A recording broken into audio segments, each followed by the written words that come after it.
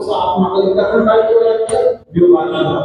इस प्रकार में व्यवहार परमात्मा का प्रतिपादक का इस प्रकार चर्चा की है। अभी में व्यवहार छठवीं बातों में अभी नवीन के सीधा अभी आत्मा में है कि आत्मा को दिखाने की प्रतिज्ञा आत्मा की छठवीं सातवीं सातवीं आठवीं गाथा में दर्शन ज्ञान चर्चा प्राप्त वो आत्मा की चर्चा की और उन्होंने आठवीं गाथा के उसमें बता दिया कि उसको समझ में क्या समझ में आत्मा सब समझ में नहीं है तो क्या समझ में आया उसे कि जो दर्शन ज्ञान चारित्र को सदा प्राप्त वो आत्मा।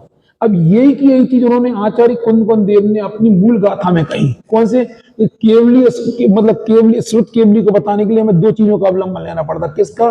जो श्रुत ज्ञान के द्वारा आत्मा को जानते वो श्रुत केवली है, ये हम नहीं बता पा रहे। क्यों नहीं बता रहे? क्योंकि आत्मा भी अंदर में और अपने आत्मा को जानने की उनकी प्रक्रिया भी उनकी आंतरिक प्रक्रिया है।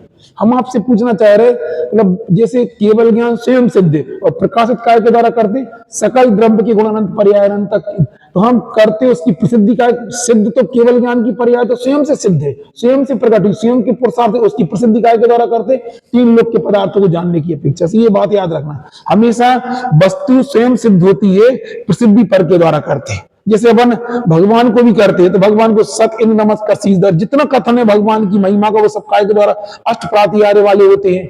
10 उनके जन्म के अक्षय होते हैं, 10 उनके केवल ज्ञान के होते हैं, 14 उनके देवव्रत होते हैं, अष्ट प्रातिहार्य होते हैं। ये सब काय का कथन है? भगवान का कथन है। लेकिन किसके द्वारा कथन कर रहे हैं? बहिरंग साधनों के द्वारा कथन कर रहे हैं। इसी तरीके से अपन बात का ही कर रहे हैं अक्षय कि व्यवहार परमार्थ का प्रतिपादक कैसे। याद आया ना?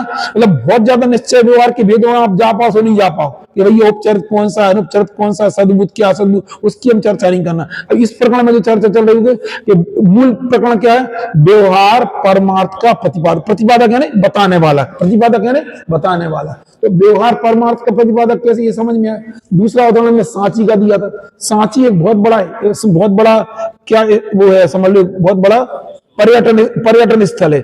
उस पर्यटन स्थल की किसी एक मंदिर की किसी एक फोटो को अपन क्या करते स्टेशन पर, उससे क्या होता पूरा सांची की तरफ हमारे कदम बढ़ जाते। उसको देख के कदम किसकी तरफ बढ़ते? सांची जो वास्तविक सांची तो बहुत बड़ा 10 किलोमीटर की एरिया पहले, उससे हमें उसको बदल किसी एक मंदिर को हम किसी फोटो में स्थापित कर देते। ऐसे आचार्य में किसी आत्मा के बहुत सारे अनंत भाव होते, उसमें ज्ञायक भाव में आत्मा को जानने देखने का कभी मिटता नहीं है स्वभाव। क्या नहीं होता? प्रमत्त तो कर्म सापेक्ष है, लेकिन ज्ञायक उसका त्रिकाल रहने वाला स्वभाव जो कभी मिटता नहीं है। उस जो जानने देखने संबंधी भाव था उसको कौन से शब्द में स्थापित किया? ज्ञायक में। और अवेद में क्या कर दिया हमने? भेद कर दिया। या यूं कहें कि दर्शन ज्ञान चर्च को प्राप्त वो आत्मा, दर्शन ज्ञान चर्च तो आत्मा के त्रिकाल रहने वाली गुण है, उपयोग आत्मा का त्रिकाल रहने वाला, उस गुण को हमने काय में उन गुणों को काय में स्थापित कर दिया? दर्शन ज्ञान चर्च नामक शब्द में स्थापित कर दिया। उस पूरे आत्मा के अनंत भावों में से किसी ऐसे भाव को जो जिसके द्वारा आत्मा की पहचान होती है उस भाव को शब्दों में स्थापित। इसलिए हमने बताया था कि मोक्ष मार्ग में जितना जरूरी है तत्वों को जानने वाले प्रमाणय को, उतना ज्यादा जरूरी है किसको? निक्षेप को। क्योंकि निक्षेप मतलब उसमें भी नाम निक्षेप, स्थापना निक्षेप का सब लोग बोलते हैं। प्रतिमा में हमने भगवान को स्थापित किया। द्रव्य और भाव निक्षेप को हम ज्यादा आपको वो तो शास्त्रीय भाषा उसमें मुख्य नाम पूरी जनवाणी काय में निबद्ध ना निक्षेप में, वो भी कौन से निक्षेप में? नाम निक्षेप में। और हमें समझना क्या है? हम व्यक्तियों को किस शब्द में स्थापित कर दे, लेकिन हम कभी शब्द नहीं पकड़ते, हम व्यक्ति तक पहुंचते, अनुभूति हम व्यक्ति कर दे। बुलाते हैं बच्चे को किसी नाम से, वो नाम भी मैंने ही रखा है, उस अनुभूति किसके करते? अपने जो व्यक्ति है वो बेटा है, जिसके उस बेटे की अनुभूति करते, नाम की कभी अनुभूति नहीं करते। आया समझ में? इस तरीके से अपन ने आज क्या समझा, क्या समझना चाह रहे हैं कि व्यवहार परमार्थ का प्रतिपादक कैसे। ऐसा इसका सामान्य लिटरेचर क्या है कि जो श्रुत ज्ञान के द्वारा अपने आत्मा को जानते हैं। अभी इनने एक बात कही थी समय सागर महाराज जी ने, बोले ऐसा आचार्य श्री कहते थे कि जितना केवल ज्ञान जानता है उसका अनंतमा भाग तो दिग्ध्वनि में आता है। और अपन सुनते भी चले आ रहे हैं, उसका अनंतमा भाग तो लिपिबद्ध होता, जितना वो जान लेती, मतलब जितना कहने में आता उसका अनंतमा भाग से लिपिबद्ध होता।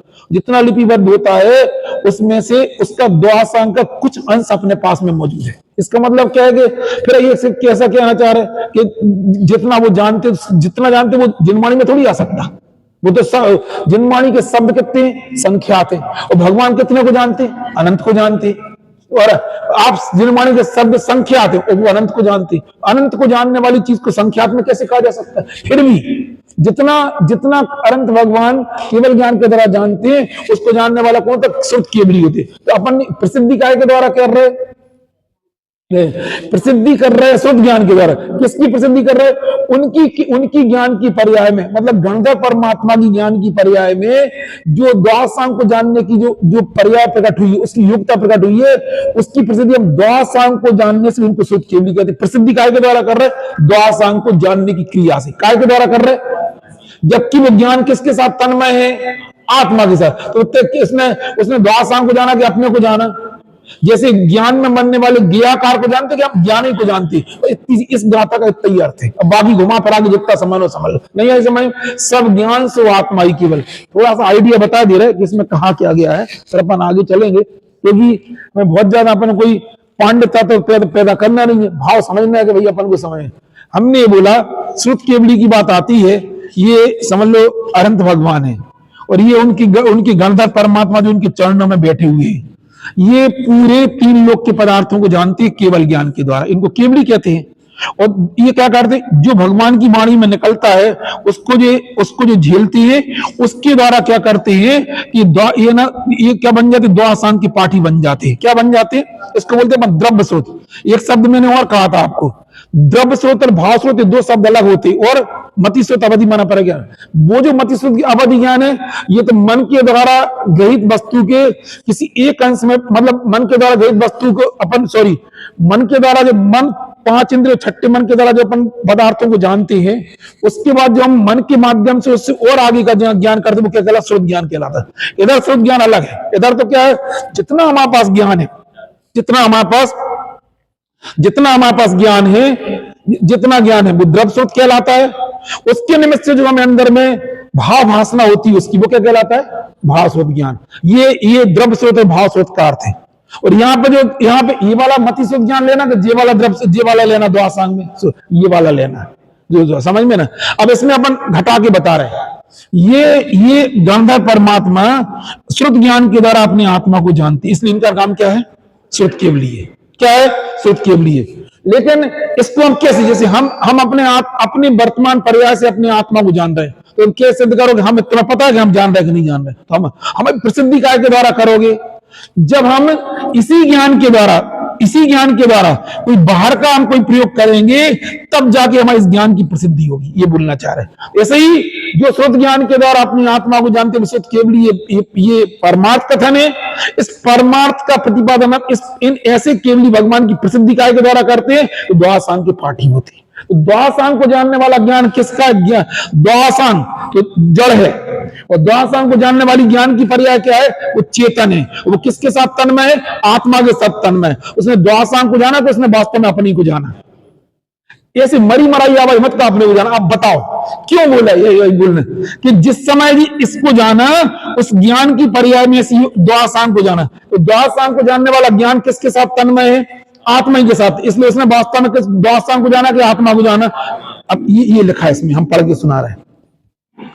ठीक है, प्रथम तो श्रुत से केवल शुद्ध आत्मा को जानते हैं, वे श्रुत केवली है। यह तो परमार्थ है। जो सर्व शुद्ध ज्ञान को जानते हैं, श्रुत केवली व्यवहार है। यह दो पक्ष लेकर परीक्षा करते हैं। पहला, ये ज्ञान आत्मा है कि अनात्मा? कौन सा अनात्मा? यानी आत्मा को छोड़ के जो सब अनात्मा है। जैसे पांच द्रव्य क्या आत्मा है क्या अनात्मा? अनात्मा। यहाँ पे आत्मा को छोड़ के सब क्या है? अनात्मा। ये प्रश्न खड़ा कर रहे, ये जो द्वादशांग को, ये जो बोलना चाह रहे कि जो है ना, ये जो ज्ञान है, चाहे वो जो ज्ञान की पर्याय आत्मा को जानती है वो हो, चाहे द्वादशांग को जानने वाला ज्ञान है वो आत्मा है कि अनात्मा, उसकी परीक्षा कर रहे हैं। यदि अनात्मा का पक्ष लिए, अब दो पक्ष खड़े कर दिए, न्याय में ऐसे होता, या तो हम ये आत्मा है या अनात्मा है। कौन? जो ज्ञान है वो आत्मा है कि अनात्मा? हमें जी पूछना चाह रहे किसको? इस द्वादशांग को जानने वाला जो ज्ञान है वो आत्मा है कि अनात्मा है? बताओ। आत्मा है। तो अब ये यदि अनात्मा का, पहले तो यदि हम अनात्मा का पक्ष लेंगे तो क्या होगा? अनात्मा लिया जाए तो ठीक नहीं, क्योंकि जो समस्त जड़ रूप अनात्मा औकाशादिक पांच द्रव्य हैं, उनका ज्ञान के साथ तादाद बनता है। मतलब वो ज्ञान के साथ तन्मय है क्या? कौन? पांच द्रव्य आत्मा के तन में है क्या? द्वासांग जो जिनवाणी इसमें लिखी है, ये काय जड़ है कि चेतन है? जड़ है। तो ज्ञान इस द्वासांग के साथ तन्मय के आत्मा के साथ तन्मय है। कौन सा ज्ञान? जो ज्ञान द्वासांग को जानता वो तन्मय किसके साथ है? ऐसे अन्य मत मतांतर है, ऐसे मानते हैं, वो मानते हैं कि जैसे उनने बोला कि यहां अभी अंधेरा कर दो मोनू, तो यहां पर कुछ नहीं दिख रहा, और यहां उजाला कर दो तो अपन क्या, अपन को सब दिखने लगा। इससे अपन निष्कर्ष क्या निकालते? इसका मतलब क्या है कि जब ज्ञान काहे में से आया? डॉक्टर साहब ने पूजन में भी लिखा है, आलोक ज्ञान का कारण है, इंद्रिय से ज्ञान उपजता है, यह मान रहा था पर क्यों कर जड़ चेतन सर्जन। ऐसे अन्य मत मतांतर वाले आत्मा नहीं जानता पर को, वो तो जड़ में से ज्ञान आता है। तो डॉक्टर साहब ने अपनी पूजन में लिख दिया प्रकाश ज्ञान का कारण है। उदाहरण कौन सा देंगे बताओ? अंधेरा था तो हमें कुछ नहीं दिख रहा था, उजाला आ गया तो हमें सब दिख रहे। इसका मतलब आज ज्ञान कहां से आया? उजाले से आया। ये इस तरीके के तर्क भी देते वो। अरे भैया आप ऐसा, तुम्हें ऐसा आपको लगता है कि ऐसा हुआ? अंधेरा था तो हम अंधेरे को जान रहे थे, उसकी जानने की तरफ दृष्टि जाती, और उजाला हो गया तो मुझे वो ऐसा तर्क दे के अपन को संतुष्ट भी कर देते हैं। उनने ऐसा बोला है, आई समझ में?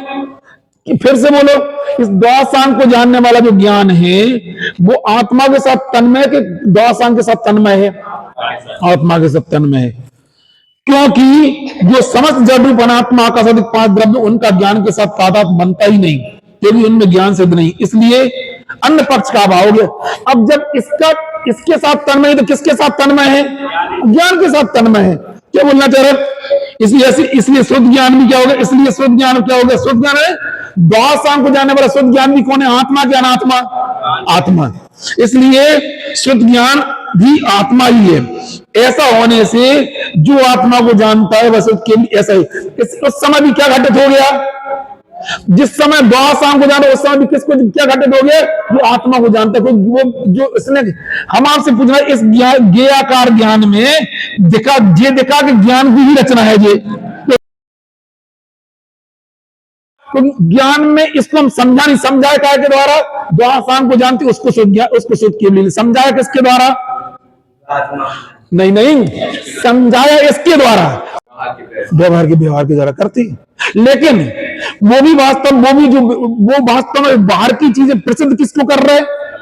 उसकी इंटेलिजेंस प्रसिद्ध काय के द्वारा करते। बस यही यहाँ पे कहना चाह रहे हैं, बस इतनी सी बात है, इसमें ज्यादा आपको उलझना नहीं है। इसलिए शुद्ध ज्ञान ऐसा होने से जो आत्मा को जानता है शुद्ध के लिए ऐसे घटित परमार्थ है। इस प्रकार अब ये तो क्या हुआ? अरे ये तो उदाहरण हुआ, सिद्धांत बताओ। इसी प्रकार इन्हें समझाना जो है ज्ञान और ज्ञानी, जो एक ज्ञायक ये समझाना। तो ज्ञान क्या हुआ? अरे ज्ञान क्या हुआ? अभेद में भेद किया। और ज्ञानी क्या हुआ? व्यक्ति हुआ, आत्मा हुआ। ज्ञान और ज्ञानी के भेद से कहने वाला जो व्यवहार है उसमें भी क्या कहा? बिल्कुल परमार्थ मात्री कहा है।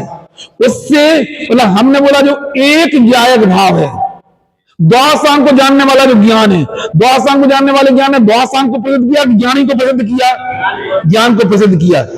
इससे भिन्न कुछ भी नहीं है। और जो शुद्ध से केवल शुद्ध आत्मा को जानते हुए शुद्ध केवल ही है। इस प्रकार परमार्थ का क्यों करना पड़ा हमें? क्योंकि जो शुद्ध से केवल शुद्ध आत्मा को जानते हुए बताना असक्य था, इसलिए हमें किसका अवलंबन लेना पड़ा? क्योंकि द्वासांग को जानते हैं वे शुद्ध की वृत्ति। ये बोल इसलिए नहीं, ये तो अभी ठीक है। आपने बोला कि ये असत्य क्यों है, क्योंकि प्रश्न ये कि उनका जो आत्मा को जानती हम बता नहीं पा रहे। ऐसा तो अपन ने मुंह से कह दिया और आपने जान लिया। किसी गणता परमात्मा को इधर पे बैठा दो, आप उनको शुद्ध क्यों नहीं सिद्ध करें? तो काय के द्वारा सिद्ध करोगे? हमें पूछना चाह रहे। यहाँ बैठा दो, सब पूरे समझ लो, तो कैसे सिद्ध करोगे? अच्छा, अपन सब लोग यहीं पे बैठे हैं, अपने में कोई सामान्य व्यक्ति, करोड़पति, अरबपति, इनकी सिद्धि काय के द्वारा, प्रसिद्ध काय के द्वारा करोगे? आप क्या सिद्ध करोगे? करोड़पति है, बोलो बताओ क्या सिद्ध? इनको सिद्ध करके बताओ कि करोड़पति है, बताओ। जबकि करोड़पति हैं, इनको सिद्ध करो। काय के द्वारा करेंगे? तो हमें मतलब अभी हम उसकी बात में शब्दों पर नहीं, अपन सिद्ध करो कि ये करोड़पति, अरबपति, ये क्या सिद्ध करोगे?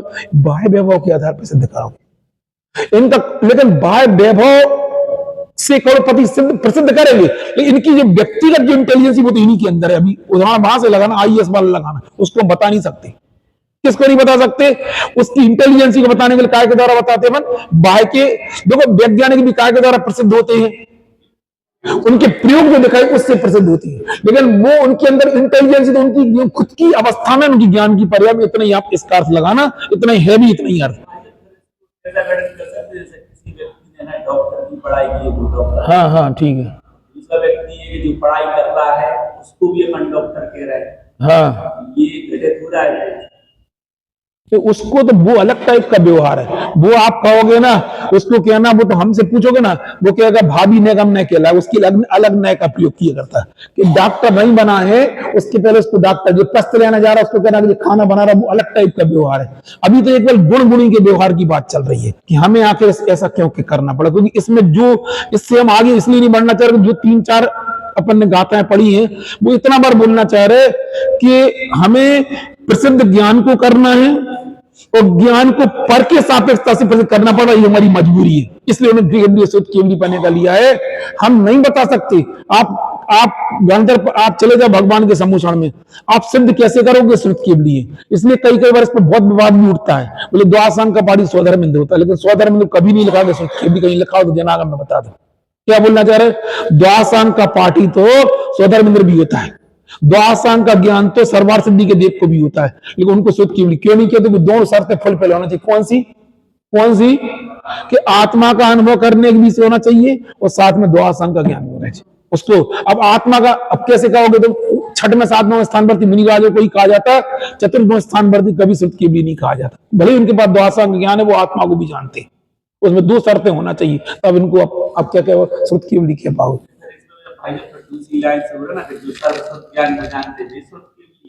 हाँ तो असक होने से ये तो कह रहे कि ऐसा बता पाना आगे इस प्रकार परमार्थ ये नहीं बताया, शुद्ध से शुद्धात्मा को जानती हम नहीं बता पा रहे आपको, तो काय के द्वारा प्रसिद्ध किया?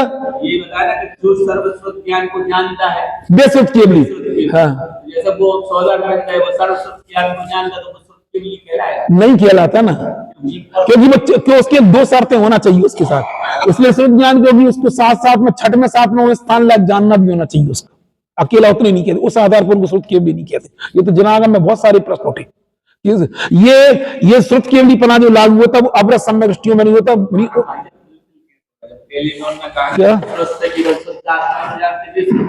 हाँ जिन्होंने शुद्ध ज्ञान के द्वारा शुद्ध ज्ञान को जाना है, मैंने ज्ञान को जाना है, वो शुद्ध केवली है, ज्ञान को तो वो भी जाना। अभी आप पहले एक बार बता दो, जनागम में ये बात बिल्कुल धबला वगैरह उनको हम शुद्ध केवली नहीं कह सकते। चतुर्गुण आप अपन ये सिद्ध क्यों करना चाह रहे? चतुर्गुण स्थानवर्ती भी आत्मा को जानता है, उसके लिए करना चाह रहे हैं। यहाँ ये कहा जा रहा है कि ज्ञान सु आत्मा, हाँ जिसने ज्ञान को जाना है उसने शुद्धात्मा को ही जाना है। नहीं, ज्ञान को अभी ये सिद्ध नहीं करना उसमें, अभी हमें केवल इतना बार बताना है जानने को, इस ज्ञान की पर्याय में समझ लो अपन, इस ज्ञान की पर्याय में, एक ज्ञान की पर्याय के द्वारा ये है ना आत्मा को जानते, ये तो क्या हुआ इनका?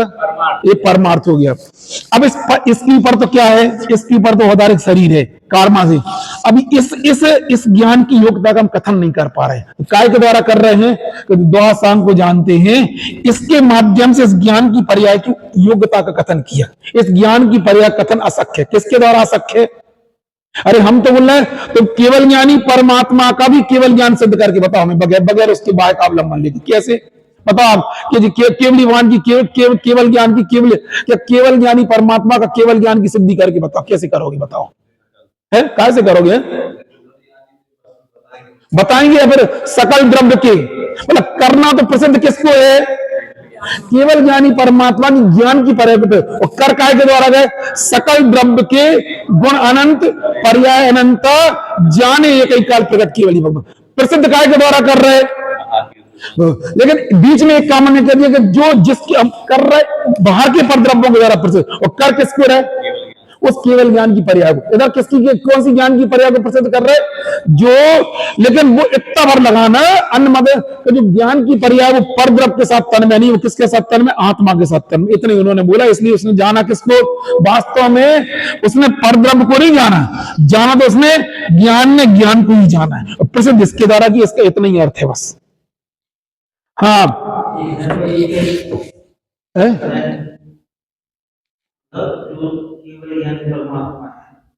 पहली चीज तो अगर केवल ज्ञानी नहीं है, श्रुत केवली की बात कर। हाँ तो एक ही मतलब एक ही व्यक्ति है, एक ही आत्मा है। हाँ, और एक ही ज्ञान की पर्याय में दोनों काम एक साथ चल रहा है। क्या चल रहा है? पहले एक बात और बता दें, सुनो सुनो सुनो, एक बात बता दें कि है ना, जितनी अनुभूति प्रकट होती वो अनुभूति हमेशा रहती है, ध्यान के काल में कभी नहीं होती। पहले एक बात आप प्रसिद्ध कर लो, यदि छठवें सातवें स्थान है, पहले एक बात अच्छी समझ, अपन को क्या लगता है, सामायिक बैठ के जब उपयोग को अंतर्मुख कर दे वो सविकल्प से निर्विकल्प कहा जाता है। वास्तव में तो चतुर्थ स्थान में, पंचम स्थान में और छठवें सातवें स्थान में जितनी आत्मानुभूति प्रकट हो गई वो हमेशा 24 घंटे बनी रहती है।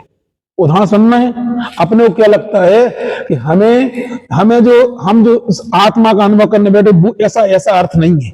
उसका रीजन क्या है, इसका उदाहरण हम आपको देते हैं। एक दूध में 100 डिग्री सेंटीग्रेड पर खोलता हुआ दूध है, समझ में ना। अब हम आपसे पूछ रहे हैं, उसमें से हमने उसको हटा के 25% उसको उसमें से गर्माहट कम कर दी। ये गर्माहट हमेशा विद्यमान रहेगी ना, जितने समय तक उसमें 25% की अभाव हुआ कि नहीं हुआ। ऐसे ही जिस आत्मा पे एक कसा चौड़ी का अभाव होके जितनी राग द्वेष का अभाव उस आत्मा की ज्ञान की पर्याय पे खत्म हुआ, उतनी विशुद्ध तो हमेशा मेरे, चाहे वो सविकल्प रहे चाहे निर्विकल्प रहे। मुनिराज, अब सुनो, आप शुद्धोपयोग सोपयोग एक तरफ की बात कर दें अपन। मुनिराज छठवें सातवें स्थान वर्ती मुनिराज है। 3 कसा चौड़ी का अभाव जब आत्मा का अनुभव करते तब करते कि 24 घंटे बना रहता है उनका, बताओ 24 घंटे उनको आत्मा की अनुभूति बनी रहती है। फिर से सुन लो, आप पहले फिर सुन लो, हम 100 बार बोल रहे हैं इस बात को। जितनी कसाय का अभाव है उतनी बीतरागता उनको 24 घंटे बनी रहती, चाहे वो आहार करें या फिर आत्मा के अनुभव बैठे। फिर आप बोलोगे काय का आत्मा का अनुभव कर दे, अलग से कोई आत्मा का अनुभव नहीं करते। टोडा मरी साहब ने कहा सविकल्प से निर्विकल्प होती, बस इतनी सी बात होती। पहले आप समझ लो, 100 बार समझ लो। चतुर्थ स्थान वर्ती सहवार सिद्धि का देव है, जिसकी एक कसाय चौगले का अभाव हुआ, उस कसाय के अभाव की अवस्था 24 घंटे उसको बनी रहती है।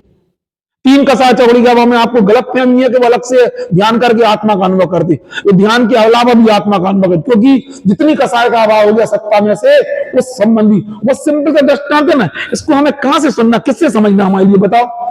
इस खोलते हुए दूध में 100 डिग्री सेंटीग्रेड में 75 डिग्री सेंट, यदि हमने 25% डिग्री को यदि खत्म कर दिया तो ये हमारा ज्ञान अनुभूति हमेशा बनी रहेगी। वो 25% का अभाव तो हमेशा बना हुआ है। अब हम इसलिए बोलना चाह रहे हैं, जिस व्यक्ति ने 75% हटा के 25% अकेला गर्म दूर है, तो 25-75% का अभाव इसमें हमेशा बना के नहीं बना है, उसका टेम्परेचर का अभाव बना कर नहीं बना। हम भी यही कहना चाह रहे हैं। अब जरा अपन चौथे स्थान पर थी, इसमें थोड़ी देर को भूल जाए, हम आपको ये बोलना चाह रहे हैं। शुद्ध केवली है ये जो हमने आपसे बात की है, ये शुद्ध केवली परायण का कभी कभी है कि हमेशा है। अरे देखो ये होता है, इस द्वासांग को जब वो जाने पाठ करें, अंतर्मोद में द्वासांग का पाठ करते, तब इनकी ज्ञान की पर्याय में द्वासांग को जानने की योग्यता कि हमेशा उनके ज्ञान बनी रहती, हर प्रकट ज्ञान की पर्याय में। इसके लिए जनागम में लिखा है लब्धि उपयोगो भाव इंद्रियम। इसमें आता है द्रव भाव इंद्रिय के 2 भेद होते। कौन कौन से होते हैं? लब्धि और उपयोग, 2 प्रकार के भेद होते। कौन कौन से? लब्धि और उपयोग। इसका मतलब बता दे रहे हैं, लब्धि और उपयोग। इस लब्धि और उपयोग का मतलब जितनी अपनी मतलब जो अपन को प्रकटता वो लब्धि कहलाती, जिसका उपयोग करते वो उपयोग कहलाता। जैसे आपको अभी अपने व्यापार का ज्ञान है कि नहीं है, वो शक्ति रूप से है कि व्यक्ति रूप से है? कौन ने बोला? शक्ति नहीं, व्यक्ति है। शक्ति तो आप केवल ज्ञान, केवल शक्ति आप में केवल ज्ञान की है, ये व्यक्ति हुए हर पर्याय में व्यक्ति। हर सुनो, आप ये भी हमें समझाना है, ये भी हम लोग बहुत डिस्कशन कर चुके। हर ज्ञान की पर्याय में इसी समय बिक्की भैया तुम इधर बैठे तो मंडी का कोई काम आ जाए, यहां नहीं रहते उधर रहती, तो वो अलग से तुम्हें ज्ञान की पर्याय पर, मंडी वाली ज्ञान की पर्याय पर, हर प्रकट ज्ञान की पर्याय में सारी उपलब्धियां पर सबके पास में। अपन उपयोग जिसका करते वो काम करते। इसका फिर आपने कंप्यूटर खोला, जितना जीबी डाटा उसमें डाला वो सब रहता, उसमें जो फाइल हम फ्रंट में लाते बस वो कहलाती, बाकी उसमें डाटा हर ज्ञान की। उस समय भी वो फाइल ना लाके दूसरी फाइल लाते तो वो भी उसमें योग्यता थी। कौन सी? अभी सुनो तो हम वही तो बोलना चाहते, केवल ज्ञान की शक्ति है और व्यक्तित्व जितना तुम्हारा वर्तमान क्षेत्र संज्ञान है वो सब प्रकार की योग्यता हर ज्ञान की पर्याय में आने। उसमें फिर 2 भेद है, लब्धि और उपयोग। लब्धि अप्रगटता नहीं है बल्कि प्रगटता है। फिर बोलना चाह लब्धि और उपयोग की बात कर रहे हैं। लब्धि और उपयोग ये दोनों प्रकट ज्ञान की पर्याय की विशेषता। फिर बोलना चाह रहे हैं, क्या बोलना चाह रहे हैं? लब्धि और शक्ति। देखो मैं शक्ति लब्धि में अंतर समझो आप। शक्ति केवल ज्ञान की है, लब्धि समझ लो जो तुम्हारे पास जितना ज्ञान है वो सब पूरा लब्धि में। उपयोग कितना करते? हाँ, जितना क्षयोपशम ज्ञान है वो सब तुम्हारा लब्धि कहलाएगा। जितना क्षयोपशम ज्ञान सब लब्धि कहलाए, उसमें से हम कौन सा उपयोग कर रहे हैं वो हमारा उपयोग कहलाता है। इसमें लब्धि उपयोग भाव इंद्रियम कहलाता। समझो, अभी हम उसमें नए लोगों को हम ज्यादा उलझा नहीं जा रहे। तुम्हें समझ में हमें शक्ति कितनी है? केवल ज्ञान। लेकिन लेकिन लेकिन क्षयोपशम कितना है? जितना है। और क्षयोपशम के भी कितने वेदों का? 2 वेद। कौन कौन से? लब्धि मतलब हमारे पास कितनी विशेषता है, कितनी, उसमें से उपयोग कितने का कर रहा है, उपयोग कहलाता। समझ में ना? अभी अपन बात ये चल रही थी कि जिस समय हम आत्मा का अनुभव कर रहे हैं, आत्मा को जान रहे हैं, हम इसलिए बताना चाह रहे हैं कि आप लोग ये समझ रहे हो, अभी तक आपके दिमाग में ये चल रहा है कि हम जब आत्मा का अनुभव करते हैं तब क्या होता है, तब अलग से ध्यान में बैठ के उपयोग करना, ये नहीं है। जितनी कसाय का अभाव उससे उतना होने से हम आत्मा को जानना चलता हमारी। पहले तो ज्ञान का काम क्या है? सपर प्रकाशन। जिस समय गणधर परमात्मा पर को जान रहे हैं, उस समय भी उनको क्या कर रहा है? उस समय भी उनके साथ क्या है? उस समय वो आत्मा को जान रहे। पहले बोलो, क्या बोले? पर को जान, उस समय क्या कर रहे हैं? अब उसी समय आपको ये देखना है, उसी समय, लेकिन गणधर परमात्मा अपने 24 घंटे हर ज्ञान की पर्याय में अपने आत्मा को जान रहे हैं। जान रहे कि नहीं जान रहे? लेकिन हम बता क्यों नहीं पा रहे? क्योंकि ये चीज असख्य है। क्यों असख्य है? क्योंकि हम नहीं जान। गणधर परमात्मा हर ज्ञान की पर्याय में अपनी आत्मा को जान रहे हैं, लेकिन इसको हम बता नहीं। तो काय के द्वारा बता रहे हैं? जो द्वादशांग को जानते वो तो प्रसिद्धि काय के द्वारा कर रहे हैं? लेकिन प्रसिद्ध किसको किया? उसी ज्ञान की पर्याय को प्रसिद्ध किया जो हम बता नहीं पा रहे। इसलिए इस गाथा का ये वाला अर्थ है, हम नहीं बता पा रहे। जो व्यक्ति आत्मा को जानता है, हम क्षयोपशम ज्ञान से आत्मा को जानने की बात नहीं कर रहे। जिसने जितनी कसा चौकड़ी से, जितना कर्मों का वाह करके जितना आत्मा को जाना, वो हर समय आत्मा को जानता है। उसके आगे जाकर उन्होंने निरूपित कि सविकल्प में विकल्प में अंतर है। सविकल्प में क्या अंतर है? कि विकल्प ज्ञान के भेद हो सकते, सविकल्प, लेकिन वो कभी उसके भेद नहीं होते। जितनी कसा चौकड़ी का अभाव उतनी उनकी विशुद्धता हमेशा चलती रहती, आत्मा की अनुभूति उनको चलती रहती। इसलिए ये बात बोलना चाह रहे कि वो जिस समय वो द्वादशांग को जानते, उस समय आत्मा को जानते कि नहीं जानते? पहले फिर से बोल के बताओ। जिस समय वो अपने ज्ञान में द्वादशांग की रचना करते हैं, उस समय वे क्या करते? जिस समय अपने ज्ञान की पर्याय में द्वादशांग की रचना करते हैं, उस समय वे आत्मा को जानते कि नहीं जानते? यदि नहीं जानेंगे तो फिर क्या माना जाएगा उनके लिए? नहीं आई समझ में? तो मैं समझ में रही, तर्क समझ में रही, बहुत चल चुके हम लोग बचपन में। यदि आप ऐसा नहीं मानोगे तो क्या दिक्कत खड़ी हो जाएगी? फिर ऐसा लगेगा जिस समय आत्मा में गए तो अलग टाइप का बंद होगा और आत्मा के बाहर है तो अलग टाइप। ऐसा तो नहीं होता है, तो वो तो नहीं होता है। तो जितनी क्योंकि निरंतर चलती रहती, क्या चलती रहती? निरंतर। जितनी कसाय चौकड़ी का अभाव उनको चल रहा, उस समय विशुद्ध उनको 24 घंटे जीवन भर चलती रहती है। लेकिन हम उनको समझा क्यों नहीं पा रहे? क्यों नहीं समझा पा रहे? क्योंकि वो प्रसिद्ध काय के द्वारा कर रहे। अरे उनकी जिस ज्ञान की पर्याय के द्वारा वो 24 घंटे अपनी आत्मा को जानते हैं, उस ज्ञान की पर्याय को हम सिर्फ प्रसिद्ध काय के द्वारा कर रहे हैं, नहीं द्वादशांग के द्वारा। फिर बोलना चाह रहे, फिर समझो। आप लोग अभी समझ नहीं पा रहे। जिस दिन आपको इसका समझ में आएगा तब आपको अंदर में आह्लाद आएगा। फिर बोलना चाह रहे, हर ज्ञान की पर्याय ऐसी प्रकट हो रही है कि देखो न्याय में जाओगे तो हर ज्ञान की पर्याय में सफल प्रकाशनपना है। और हम जो सत्य केवलीपना सिद्ध कर रहे हैं वो कौन सी अपेक्षा से कर? अनुभूति की अपेक्षा से सिद्ध कर रहे हैं। जो क्या आप ऐसा मानते हो कि जो गंधर्व जो छठवें सातवें स्थान में झूलने वाले मिजाज होते हैं, क्या उनको अलग से आत्मा को जानना पड़ता है क्या? ये आप गलत फहमी में हो। यदि आप ऐसा मानोगे तो जब आत्मा जब है ना वो स्वभाव में बैठेंगे, मतलब शुद्ध उपयोग क्या बोला, निर्विकल्पता बैठे, तब तो उनको बंद नहीं होगा और बाकी समय बंद हो। ऐसा तो नहीं होता है। जो व्यक्ति जो जी जिस गुण स्थान में जहां है उस संबंधी अनुभूति निरंतर चलती। उदाहरण बताओ, क्या बोलोगे? सिद्ध करोगे? बोलो बताओ, कैसे सिद्ध करोगे? हमें तो बताओ। दूध है, एक है 100 डिग्री सेंटीग्रेड पे खोलता हुआ दूध, एक है 75% गर्म वाला दूध, एक है 50% वाला दूध, एक है 25% वाला दूध। हम आपसे पूछना चाह रहे हैं, 4 व्यक्ति अपनी मुंह में लगाए हुए हैं, एक कुछ और विकल्पों में है, और एक कुछ और विकल्पों में है, हर में दो दो व्यक्ति खड़े कर दो, इनमें जो विकल्प कहीं और चल रहा तो भी अनुभव काय का हो रहा। हम आपसे पूछ रहे थे जो जिसमें दूध 100% गर्माहट मौजूद है, वो व्यक्ति विकल्प करे या निर्विकल्प होकर पिए, जलेगा कि नहीं जलेगा? नहीं है समझ में? क्या फिर से बोलो, क्या बोले? चाहे वो विकल्प करे या विकल्प तो भी जलेगा कि नहीं जलेगा? बस हम भी, अब तुम मुनिराज पे घटा के बताओ। एक मुनिराज ऐसे ही हैं जिनको 3 कसाय चौकड़ी का अभाव है, एक उन मुनिराजों को विकल्प है, कोई भी विकल्प है, समझ लो भगवान किसी को समझाने का आचार्य, उस समय उनकी अनुभूति चल रही कि नहीं चल रही? वो कितनी अनुभूति चल रही है मुझे बताओ तो, कितनी? जितना कसाय का वो उतनी आत्मा की अनुभूति इनको चल रही है, उन्हें अलग से नहीं करना पड़ता। एक मुनिराज है अपने ज्ञान में द्वादशांग की रचना कर रहे हैं, अपने जीवन में द्वादशांग का पाठ करते, अंतर्मूर्त में द्वादशांग का पाठ करते हैं। हम आपसे पूछना चाह रहे, द्वादशांग का पाठ करते हुए भी अनुभूति किसकी चलती है? क्यों चलती है अनुभूति एक आत्मा की? नहीं, ज्ञान तो साथ में 3 कसाय चौकड़ी का अनुदय उनको बरत रहा है, इसलिए अनुभूति उनको निरंतर चलती है। लेकिन ये बात हम समझा काय के द्वारा रहे कि द्वादशांग को जानते हैं, प्रसिद्ध काय के द्वारा कर रहे हैं इस ज्ञान की अनुभूति को, द्वादशांग की, इसलिए वो क्या हो गया? व्यवहार हो गया। नहीं है समझ में? समझाना किसको है?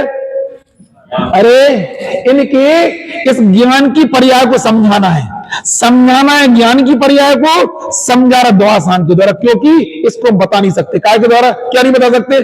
जो श्रुत ज्ञान के द्वारा अपने आत्मा को जानते हैं, वे श्रुत केवली हैं, इस बात को बताना असंभव, इसलिए हम काय के द्वारा करते? जो क्या करते हैं? अपने श्रुत ज्ञान के द्वारा द्वादशांग को जानते वे श्रुत केवली हैं, इसलिए व्यवहार के बिना परमार्थ का कथन नहीं हो सकता है। इस तरीके से व्यवहार ने परमार्थ के प्रतिपादक के द्वारा मोक्ष मार्ग में अपने को दृढ़तापूर्वक स्थापित कर लिया। व्यवहार क्या हुआ? बोलो आप बताओ, व्यवहार क्या हुआ? प्रतिपादक। किसका प्रतिपादन? परमात्मा निश्चय का प्रतिपादन। अब देखो, अब इसका हम एक उदाहरण आपको बताते हैं। अब 11वीं गाथा में 1 मिनट में इसका कट कर देंगे बिल्कुल। और क्या बताओ क्या होता है? जैसे कभी अपना बच्चा समझ लो असमझदार प्रकृति का हो, तो अपन क्या करते हैं? दूसरे के जैसे अपने आप ने अपने मायके से बुला लिया एक आध बच्चा जो अच्छा था, समझदार था, उससे किस लिए बुला लिया? मायके से। सुनो, महिलाएं क्या करती हैं? अपने बच्चा अकेला है, आजकल एक आधी बच्ची होती है, तो अपने मायके से बच्चों को बुला लेती। काय के लिए बुला लेती है? ताकि इसका मन भी लगा रहेगा, थोड़ा वो तुम्हारा मायके का बच्चा थोड़ा समझदार, अपना बच्चा समझदार है तो अपन बुला लेंगे। लेकिन धीरे धीरे जम गया, अपने घर में उसके संस्कार अच्छे, तो अपन लोगों के मन में सबकी उसके प्रति क्या हो गया? पॉजिटिविटी आ गई। पॉजिटिविटी यानी अच्छा लगने लगा। जब है ना कुछ दिनों में ऐसा लग रहा तो अपने घर में पैर जमाने लगा, तो क्या करोगे? अपन 1 मिनट में उसको क्या कर देंगे? कट कर देंगे। तुम लोग का बच्चा नहीं, आपके घर में कोई नहीं हो, 1 मिनट में उसको कट कर देंगे। अभी कहें 11वीं गाथा में 1 सेकंड में कट लगा देंगे। क्यों? उसने क्या किया था कि हमारे लड़के को अच्छा करा दिखाने के चक्कर में हमने किया था कि दूसरे के लड़के को ले आए। लेकिन वो क्या हुआ कि धीरे धीरे व्यवहार परमार्थ का प्रतिपादन करते करते खुद ही मुक्त होने लगा। अब करेंगे 11वीं गाथा में कह देंगे व्यवहार सभी अभूतार्थ है, अभी कहेंगे। यहां आखिरी सेंटेंस पढ़ो। इस तरह ऐसा व्यवहार परमार्थ के प्रतिपादक से अपने को दृढ़तापूर्वक, इसमें महिमा किसकी आ गई? प्रसिद्धि किसकी होने लगी? तो इसने क्या किया? दृढ़तापूर्वक स्थापित कर लिया। देखो हमने तुरंत अपन क्या उसके पर काट देंगे, भैया अब भेजो इनके लिए, तो वापस भेजो। कहां भेजो? वहीं भेजो, क्योंकि इनने क्या किया कि हमारे घर में पैर जमाने लगे। अब व्यवहार काय में पैर जमाने लगा? क्यों? परमार्थ में नहीं, परमार्थ के प्रतिपादक के द्वारा व्यवहार ने मोक्ष मार्ग में अपने को दृढ़तापूर्वक स्थापित कर लिया। बोलो कि बताओ जी, बोलो सोमना, ये सेंटेंस बोल के बताओ। इस तरह व्यवहार ने परमार्थ के प्रतिपादक के द्वारा अपने को मोक्ष मार्ग में दृढ़तापूर्वक स्थापित कर लिया। अब व्यवहार के ऊपर एक जड़ से काटने वाली है। अब 11वीं गाथा पढ़ते हैं, थोड़ा सा नया विषय मिलेगा आपके लिए। व्यवहार सब पढ़ेंगे, हम सब पढ़ेंगे। अभी हम व्यवहारो भूदत्तो देश दो सुदृढ़यो भूदत्त मस दो खलु सम्मा दिट्ठी हबदि जीव। व्यवहार में अभूतार्थ दर्शित शुद्ध में भूतार्थ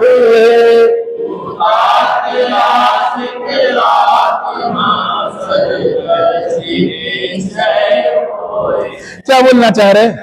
अब यह प्रश्न उपस्थित होता है कि यदि ऐसा है तो व्यवहार को अंगीकार नहीं करना चाहिए, किंतु परमार्थ का जब क्या बोलना चाह रहे? किंतु यदि वो व्यवहार परमार्थ को कहने वाला तो ऐसे व्यवहार क्यों ना अंगीकार? उसके उत्तर स्वरूप दिया थे व्यवहार है सब क्या है। अब इसमें आपको दिक्कत क्या खड़ी होने वाली है? इसमें कौन से व्यवहार का निषेध करेंगे, उधर कौन से व्यवहार की स्थापना कर किया है? उधर भेद रूप व्यवहार की स्थापना कर किया है अभी 9वीं 10वीं गाथा में। इधर जिस व्यवहार की चर्चा कर रहे हैं, व्यवहार कई प्रकार का होता है। अब आप खुद पढ़ोगे तो आपको लगेगा किस व्यवहार की चर्चा कर रहे हैं। व्यवहार में अभूतार्थ है और शुद्ध में भूतार्थ है, ऐसा ऋषि सरों ने बताया है। जो जीव भूतार्थ का आश्रय लेता है वह जीव वास्तव में सम्यक दृष्टि है। व्यवहार में सभी अभूतार्थ है, इसलिए वह अविद्यमान असत्य अभूत अर्थ को प्रकट करता है। शुद्ध ने एक ही भूतार्थ होने से विद्यमान सत्य भूत अर्थ को प्रकट करता है। यह बात प्रकट दृष्टांत से बतलाते हैं। जैसे प्रबल कीचड़ के मिलने से जिसका सहज एक निर्मल भाव त्रिभूत हो गया, ऐसे जल का अनुभव करने वाले पुरुष जल और कीचड़ का विवेक न करने वाले बहुत से तो जल को मलिनी अनुभवते हैं, किंतु कितने ही अपने ही हाथ से डाले हुए कतक फल के पड़ने मास से उत्पन्न जल और कादवता के विवेक से अपने पुरुषार्थ द्वारा आविर्भूत किए गए सहज एक निर्मल भाव पाने से उस जल को निर्मल ही अनुभव करते हैं। इसी प्रकार प्रबल कर्मों के मिलने से, अब देखो अभी मालूम इसमें कितना चेंजेज आएंगे। वो अभी 9वीं 10वीं गाथा 9वीं 10वीं गाथे वाला व्यवहार कौन सा था? अभेद में भेद करने वाला व्यवहार, या पर की सापेक्षता से ज्ञान को प्रेरित करने वाला व्यवहार। कीचड़ का उदाहरण देके वापस आपको 6वीं गाथा में पहुंचा रहे। 6वीं गाथा में आत्मा किसके साथ एक में था? अरे कर्मों के साथ भी एक में था। अब यहाँ पे कीचड़ का दृष्टांत को स्वयं कहने वाले हम नहीं बोलेंगे, इसलिए सब दिमाग जल्दी जल्दी लगाना आप लोग। अभी 7वीं गाथा 8वीं गाथा 9वीं, इन सब में भेद रूप व्यवहार की चर्चा थी, अभेद में भेद करने वाले व्यवहार की चर्चा थी। नहीं है यहाँ जो व्यवहार बदल गया, कौन से व्यवहार की बात कर रहे हैं आप बोलोगे, मैं थोड़ी बोलूंगा, लिखा है टीका में। क्या लिखा है? इसी प्रकार प्रबल कर्मों के मिलने से जिसका सहज ज्ञान बहुत त्रिभूत हो गया है, ऐसे आत्मा का अनुभव करने वाले पुरुष आत्मा और कर्म का विवेक न करें। अब बताओ उधर कौन से व्यवहार की चर्चा आई थी विक्की? बताओ। अभेद में ज्ञायक सो दर्शन ज्ञान चार कुशल प्राप्त जो आत्मा, वो कौन से? वो अभेद में भेद करने वाले व्यवहार की चर्चा आई थी। अब सीधी वापस 6वीं गाथा में अपन लौट रहे। आत्मा और कर्म का विवेक न करने वाले व्यवहार से विमोहित पुरुष, विमोहित हृदय वाले तो उसे अर्थात आत्मा को जिसमें भावों की विश्वरूपता प्रकट है ऐसा अनुभव करते हैं। जब ये गाथा आती थी तो स्वामी जी ऐसा बोलते थे, गाथा जैन दर्शन का प्राण है, उनके मुंह से हजारों बार निकलता था। हमें नहीं मालूम 11वीं गाथा जैन दर्शन का प्राण है, ये पहले हम बता दे रहे, इसलिए आप अच्छे से इस गाथा का अभी इतने जल्दी पचा भी नहीं पाओगे इस गाथा का। 6वीं गाथा पढ़ी तो समझ लोगे आप, उसी का समझ लो। 6वीं गाथा में ये बताया गया था कि प्रमत्त दशाओं के बीच में ज्ञायक दिखाया गया। इसमें ये बताया ज्ञायक को प्रकट कैसे करना है, नहीं आई समझ में? अच्छा एक बात बताओ, थोड़ा उदाहरण दे दें हम आपको। आपने एक बड़ी रोटी बनाई है, उसमें है ना, उसमें आपने खांचे बना लिए, कहा कि फुल्की की। अब फुल्की कैसे खा पाओगे बताओ? फुल्की खाना है तो क्या तुम्हें भूख लग रही है, फुल्की खाना है, तुमने खांचे बना लिए, उसमें क्या करेंगे? नहीं, काट लिया, काटने के बाद क्या करोगे? उचकाओगे, उचकाने से क्या होगा? उड़ दोगी। बस यही इसमें लिखा है ना। प्रमत्त दशाओं के बीच में ज्ञात को देखना एक अलग है, दिखाया गया 6वीं गाथा में, ऊर्ध इस गाथा में कराया गया। मुक्त नहीं करेंगे तब तक आत्मा का अनुभव नहीं होगा। फिर से बोलना चाह रहे हैं क्या? उदाहरण समझ में आना क्या बोलना चाह रहे? भिन्न करना और अनुभव करना। भिन्न करना एक अलग प्रोसेस है, अनुभव करना एक अलग प्रोसेस है। भिन्न किए बगैर अनुभव नहीं हो सकता, इसमें अनुभव करने की कला बता रहे। किंतु ऐसे आत्मा का अनुभव करने वाले पुरुष आत्मा और कर्म का विवेक न करने वाले, व्यवहार से विमोहित हृदय वाले तो उसी अर्थात आत्मा को जिसमें भावों की विस्तृतता प्रकट है ऐसा अनुभव करते हैं। किंतु भूतार्थदर्शी शुद्ध नय को देखने वाले अपनी बुद्धि से डाले गए, शुद्ध नय के अनुसार बोधों मत से उत्पन्न, किसके बीच में वेद विज्ञान करा? आत्मा और कर्म के विवेक से अपने पुरुषार्थ द्वारा आविर्भूत किए गए सहज ज्ञाय भावत के कारण उसे, जिसमें एक ज्ञाय भाव प्रकाशमान है, ऐसा अनुभव करते हैं। यहाँ शुद्ध नय कतक फल का मतलब लगा ना फिटकरी, जैसे पर दूध में क्या मिलाओ? कीचड़ मिलाओ तो क्या डाल देते? फिटकरी। ऐसे पहले कतक फल चलता था, मेले पानी में क्या डाल दो? फिटकरी डाल दो। शुद्ध नय कतक फल के स्थान पर, इसलिए शुद्ध नय का आश्रय लेते हैं वे ही सम्यक अवलोकन करने सम्यक दृष्टि है। दूसरे तो सर्वथा शुद्ध नय का आश्रय लेते हैं वे सम्यक दृष्टि नहीं, इसलिए कर्मों से भिन्न आत्मा को देखने वालों को व्यवहार नय अनुसरण करने योग्य नहीं है। भावार्थ यहाँ व्यवहार नय को अभूतार्थ, शुद्ध नय को भूतार्थ कहा है। जिसका विषय विद्यमान न हो उसे असत्यार्थ, उसे अभूतार्थ कहते हैं। व्यवहार नय को अभूतार्थ कहने का आशय यह नहीं है कि शुद्ध नय का विषय अभेद एकाकार रूप नित्य है। व्यवहार नय को अभूतार्थ कहने का आशय यह है कि शुद्ध नय का विषय अभेद एकाकार रूप नित्य द्रव्य है। उसकी दृष्टि में वेद दिखाई नहीं देता, इसलिए उसकी दृष्टि में वेद अविद्यमान असत्यार्थी दिखाई नहीं देता कि है ही नहीं, दिखाई नहीं देता, वो देखता भी नहीं है तो अविद्यमान असत्यार्थी कहना चाहिए। ऐसा ना समझना चाहिए कि वेद रूप कोई वस्तु ही नहीं है। यदि ऐसा माना जाएगा तो जैसे वेदांत मत वाले अनित्य को देखकर अवस्तु माया स्वरूप कहते हैं और सर्वव्यापक एक अभेद नित्य शुद्ध ब्रह्म को वस्तु कहते हैं, वैसा सिद्ध हो। उससे सर्वथा उससे सर्वथा एकांत शुद्ध नय के पक्ष रूप मिथ्या दृष्टि का प्रसंग आएगा। इसलिए यहाँ ऐसा समझना चाहिए कि जिनवाणी स्यादवाद रूप है, पर प्रयोजन बस नय को मुख्य गुण करके कहती है। प्राणियों को वेद रूप व्यवहार का पक्ष तो अनादिकाल से ही है। इसका उपदेश भी बहुधा सर्व प्राणी परस्पर में करते हैं और जिनवाणी में व्यवहार का उपदेश शुद्ध नय का हस्तावलंबन जानकर बहुत किया है, किंतु उसका फल संसार ही है। शुद्ध नय का पक्ष तो कभी आया नहीं, उसका उपदेश भी विरल है, वह कहीं कहीं पाया जाता है। इसलिए उपकारी श्री गुरु ने शुद्ध नय के ग्रहण का फल मोक्ष जानकर क्या किया है? मोक्ष जानकर उसका उपदेश प्रधानता से किया है। शुद्ध नय भूतार्थ है, सत्यार्थ है, उसका सहने से सम्यक दृष्टि हो सकता है। इसे जाने बिना जब तक जीव व्यवहार में मग्न है तब तक आत्मा का ज्ञान सिद्धांत निश्चय सम्यक नहीं हो सकता। ऐसा है, कल इसकी चर्चा करेंगे। बहुत गहरी गाथा है, आप लोग यदि अच्छा मन बना के आओ तो उसका बहुत अच्छा समझ में आएगा। ठीक है, शेष चर्चा निज निज